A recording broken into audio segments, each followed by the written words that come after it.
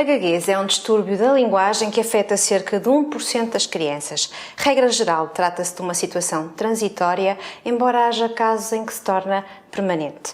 Hoje vamos conversar com a psicóloga Adriana Campos sobre as causas da gaguez e formas de intervenção.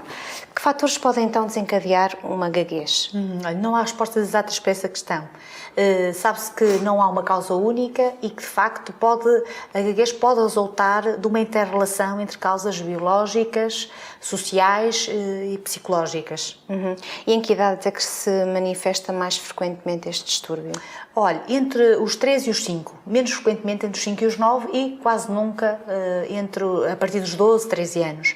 Embora seja importante diferenciar gaguez de desfluência. Portanto, muitas vezes acontece que entre os 2 e os 5 anos, fase em que a linguagem se desenvolve muito na criança, a criança possa ter dificuldades, pode-se fazer pausas no discurso, possa repetir frases, repetir sílabas. Portanto, tem um discurso um pouco semelhante à gaguez.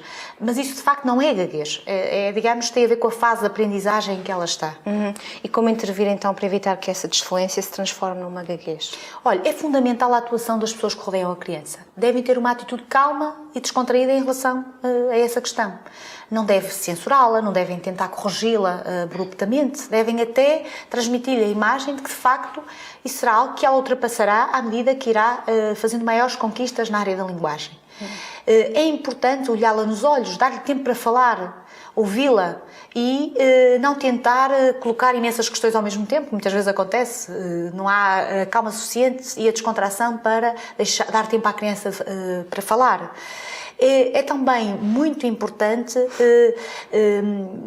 dizer-lhe que deve falar devagar, com calma, sem que haja uma pressão para uma melhoria rápida ao nível da linguagem.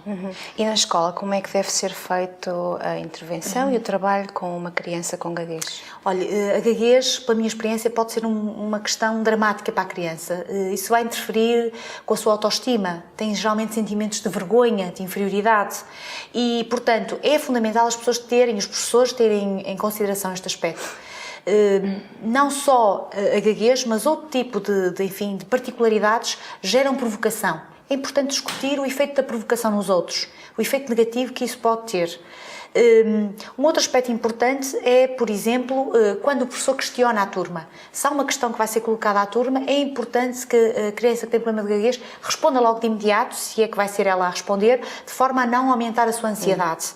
Numa situação de leitura, a situação de leitura pode ser uma situação extremamente penosa.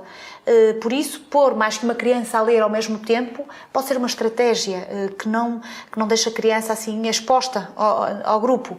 Deixá-la terminar as frases mais uma vez, não estar com aquela tentação de querer acelerar o discurso, completando a frase ou uma palavra em falta. Portanto, dá-lhe tempo para expressar-se. Como geralmente as pessoas que têm problemas de gaguez têm mais facilidade a contar, a cantar, na expressão de poesia, de rimas, se possível, dar espaço para que possam, enfim, brilhar nesses aspectos, aumentar a sua autoestima. No fundo, fazerem bem estas tarefas pode ajudar a reforçar a autoestima. Esperamos ter contribuído para o esclarecimento sobre as causas da gaguez e formas de intervenção. Já sabe, se quiser enviar-nos sugestões de temas a abordar neste espaço, envie-nos um e-mail para assistente@educare.pt. É tudo por hoje, até à próxima.